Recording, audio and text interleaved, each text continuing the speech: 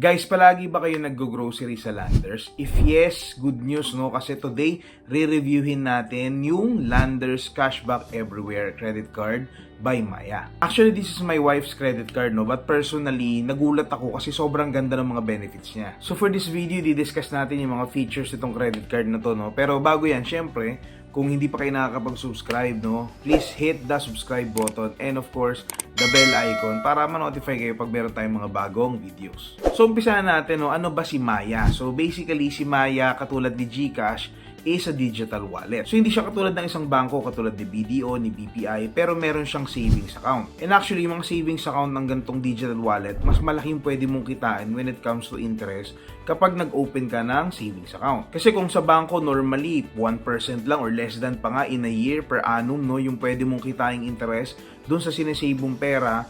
For digital wallets katulad ni Maya, you can earn 3.5% up to 12% per annum. So very ideal siya no, na paglagyan ng mga emergency fund kasi number 1, malaki nga yung interest na pwede mong kitain, and number 2, very liquid siya no, madaling maglabas ng pera from Maya. Although take note lang guys na usually yung kanilang high interest is nagde-depend lang din dun sa magkano yung pera mo dun sa Maya account mo. So if I'm not mistaken, yung malaking interest nila is up to 100,000 pesos lang. So any excess dun sa 100,000 pesos, medyo liliit na yung interest. Pero to be honest, kung ikukumpara mo sa bangko, mas malaki pa rin yun compared sa banks. Kaya yung iba ang ginagawa nilang strategy, kung gusto nilang maglagay ng emergency fund, more than 100,000 pesos for example, ang ginagawa nila 100,000 sa Maya, 100,000 sa iba namang mga digital wallet. In that case kasi, mas ma-maximize nila yung interest, mas malaki yung kinikita nung pera nila. Katulad ni GCash, napakadali din mag-transfer ng pera no, from Maya to different kinds of banks, kahit papunta kay GCash o sa ibang digital wallet. The downside nga lang is may transaction fees. Although, kadalasan naman ngayon talaga may mga ganyan na. Gustong-gusto ko rin ginagamit tong Maya no, sa pagbabayad ng bills. No? For example, ng electricity bills, ng water bills, even credit card bills, meron dito. Itong si Maya, meron din siyang credit, meron din siyang loans na pwede nyong subukan. Although hindi siya open no, sa lahat ng mga Maya users, kailangan nyong i-check kung available sa inyo at eligible kayo to get that service. But for today, no, magpo-focus tayo dun sa kanilang credit card na Landers Cashback Everywhere. So basically, this is a credit card no, in partnership between Maya and of course Landers. No? So basically, sabi ko nga kanina, this is my wife's credit card. No?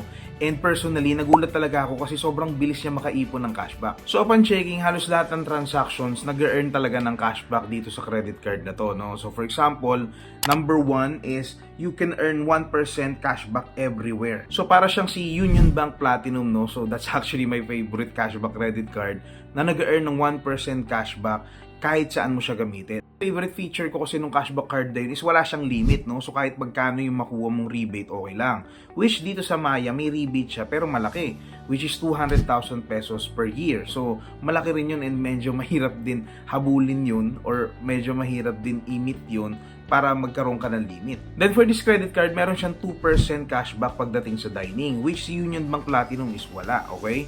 So, additional points yun for this credit card. Although alam ko naman na maraming credit cards no, mas mataas ang cashback pagdating sa dining, no. Basically kasi ang kinaganda nito is may combination siya ng 1% cashback everywhere. And of course, kung sa Landers ka nga nag-grocery, ito talaga yung ideal, no. Kasi you can earn 3 to 5% cashback pagdating sa mga Landers spending mo. So, depende na lang din yan kung magkano yung total card spend mo. Well, kami personally, hindi naman kami palagi namimili sa Landers, no? Kasi medyo malayo din sa amin yung Landers. But at the same time, kung meron talaga kaming hinahanap ng mga specific item na sa Landers lang mabibili, talagang sulit pa rin yun. So, on their websites, it says na kapag yung card spend mo sa Landers is nag-exceed na ng 20,000 pesos, magiging 4% na yung cashback mo.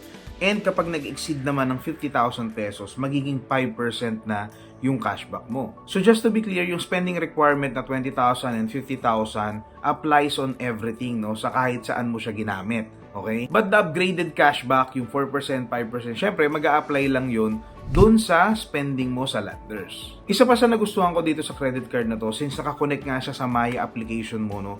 So napakadaling i-check yung points mo kung magkano na, and napakadali din siyang i-redeem. So all you need to do is to check your points, available points mo, and then kapag nasa Landers ka na, nasa counter ka na, ipapakita mo lang din yun doon, and pwede mo nang i-redeem directly. Tapos ang maganda pa rito, 2-in-1 card na siya, no? Kasi yung Maya Landers credit card mo will serve as your Landers membership card na rin. So bukod sa mga cashback na pwede natin makuha, ang isa pa sa pinakamaganda sa credit card na to is wala siyang annual fee. And since this is a Visa credit card, so basically, nag-a-apply din sa kanya yung mga Visa promos, katulad ng mga restaurants, ng mga hotel deals, mga discounts. Although nabalitaan ko, hindi mo to magagamit when it comes to installment purchases, no? I'm not sure, hindi ko rin yan makita sa website nila. So if aware kayo, alam nyo kung meron ba talaga na installment purchase dito or wala, please comment it below para malaman natin, no, kung totoo ba yun o hindi. And isa pa sa gusto ko, no, napakadaling bayaran, no, kasi pag binayaran mo using your Maya app, talagang automatic, no, real time yung posting niya at pwede mo na siya ulit gamitin. So guys, kung interested kayo mag-apply dito sa credit card na to, ang basic requirements niya is of course dapat you're at least 21 to 65 years old. Dapat, syempre, you're a Filipino resident. And syempre, dapat meron kang regular monthly income, okay? You also have a Landers membership. Of course, kahit ganon, this is still a credit card. And of course, merong credit card evaluation yon. So, pwede ka pa rin ma-decline talaga depending, no, sa evaluation na gagawin nila sa account mo. I think kailangan din ata upgraded na yung Maya account mo. So kung interested ka, i-upgrade nyo na yung Maya account nyo. So madali lang naman yan. Kaya kung mag-a-apply kayo, don't forget, no, to use my referral code na @RaymondCrisostomo para makakuha kayo ng 150 points upon approval. So guys, napakadali lang mag-apply nitong credit card na to sa Maya app, no. So all you have to do is to go to the cards tab and tap the Landers Cashback Everywhere credit card banner. And after that, you will choose Landers Cashback Everywhere credit card in the cards tab. Then, you will need to enter your friend's referral code. So, kung referral code ko yung gagamitin nyo, it's @RaymondCrisostomo. And then, you will earn cashback points upon approval. So, after that, kailangan mo namang i-enter yung Landers membership number mo, okay? And you will need to choose a billing date. So, basically, ikaw yung mamimili kung kailan yung cut-off date mo. And after that, complete your application and get your card details on the app and use them immediately. So, pwede mo na siyang gamitin agad after approval for one-time only payments once approved. So, that's the Landers Cashback Everywhere credit card by Maya, no? So, basically, talagang maganda siya for grocery kung nag-grocery kayo sa Landers. Pero, marami pa rin naman siyang benefits if you're going to use your credit card anywhere. So, just take note lang guys, no, na meron ding mga klase ng transactions na hindi nag-earn ng cashback, no?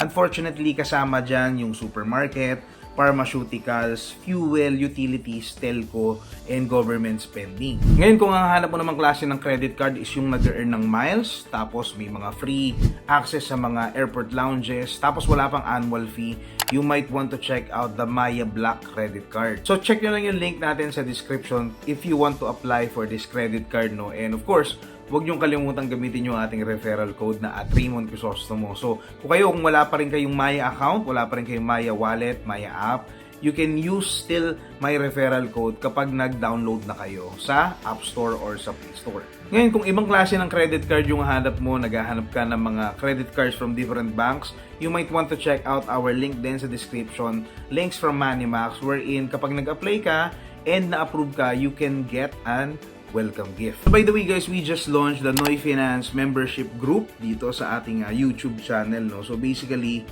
pwede kayong mag-member nitong membership group na to for only 79 pesos per month. So that's the Noy Finance Basic. So ano yung mga makukuha nyo for joining that membership? So number 1, yung loyalty badges, no. So next to your name, you will have these badges pagdating sa mga comments, sa live chat.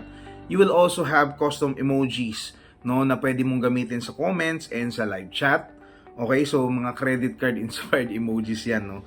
So basically, nakadepende yan dun sa ating membership. Okay, so number 3 na pwede mo makuha is priority reply to comments. So alam ko marami sa inyo na nagtatanong about credit card concerns. So kapag member kayo yung priority na replyan ko. Okay, so number 4 is member shoutout. So basically, kung meron kayong mga credit cards na gusto nyong i-celebrate, like for example, na-approve kayo sa ganitong credit card, then I can do a shout out for you sa ating mga videos. Just all you need to do is just to message me regarding that. Okay? So, and yung panghuli is the Noy Finance Elite VIP chat. So, we're going to open a VIP chat na yung mga members lang yun nandun. So, syempre, kailangan lang din na puro credit card concerns yung pinag-uusapan natin doon. So, basically, we can share there kung ano yung mga knowledge natin about credit cards. We can also share tips, hacks, and kapag may mga concerns kayo, pwede na natin sagutin doon. We also have the second tier, which is the Platinum Circle. No? So, this one is 119 pesos per month. So, lahat ng benefits na meron dun sa Noy Finance Basic is makukuha mo. Plus, you will also have Platinum Circle polls. So, basically, dito yung mga polls ng mga next topics or anything na kailangan natin pagbotohan when it comes to the path kung ano bang tatahakin ng ating YouTube channel. Okay? So, number 2 is the Priority Live Chat Q&A. So, basically, meron tayong mga exclusive masterclass live. Okay? And, syempre, makakapag-comment kayo doon and priority kayong replyan. So, basically, those are the benefits. Isa pa sa nilaunch natin yung ating Noy Finance Deep Dive Consultation. So, basically, it's a one-on-one consultation about different credit card concerns. So, kung ano man yung problema ninyo, no? So, may problema kayo, for example, sa SOA, may problema kayo, bakit nagaganti yung credit card nyo, o kaya, paano nyo babayaran kung credit card na to, or any problems, any concerns na nag-i-involve sa credit card is pwede nyong itanong yan sa akin. So, this involves yung talagang medyo complicated na, no, na hindi natin masasagot ng isang chat lang, hindi natin masasagot ng isang pagre-reply lang sa mga comments ninyo. So, if this is something that you want to avail, check nyo lang yung link natin sa description for the Google form. So, basically, meron tayong dalawang options dyan. So, number 1 is the detailed response. So, pwede ako mag-respond sa inyo via email or via chat ng detailed response ko, depende dun sa concern niyo. And number 2, we can schedule a one-on-one consultation, no, via Google Meet. So, meron tayong Calendly link dyan na pwede kayo mag-schedule ng 30 minutes na interview or 30 minutes one-on-one consultation with me para masagot natin personally ano ba yung concern nyo sa credit cards ninyo. By the way, yung ating Facebook group na Noy Finance Private Group is pretty much alive, no? Although wala masyado nagjo-join recently, I hope na makapag-join kayo, no? If you're interested, if you want to share your knowledge about credit cards or kung may mga tanong kayo, pwede rin natin sagutin dyan. So yun lang guys, no? I hope nagustuhan nyo tong video natin about the Maya Landers Cashback Everywhere Credit Card. And kung nagustuhan nyo, please hit the like button, syempre. At i-share nyo na rin sa mga friends nyo, no? Lalo na dun sa mga nag-grocery sa Landers, okay? Makatulong talaga tayo sa kanila, no? So yun lang guys. Again, this is Raymond from Noy Finance and I'll see you in the next video.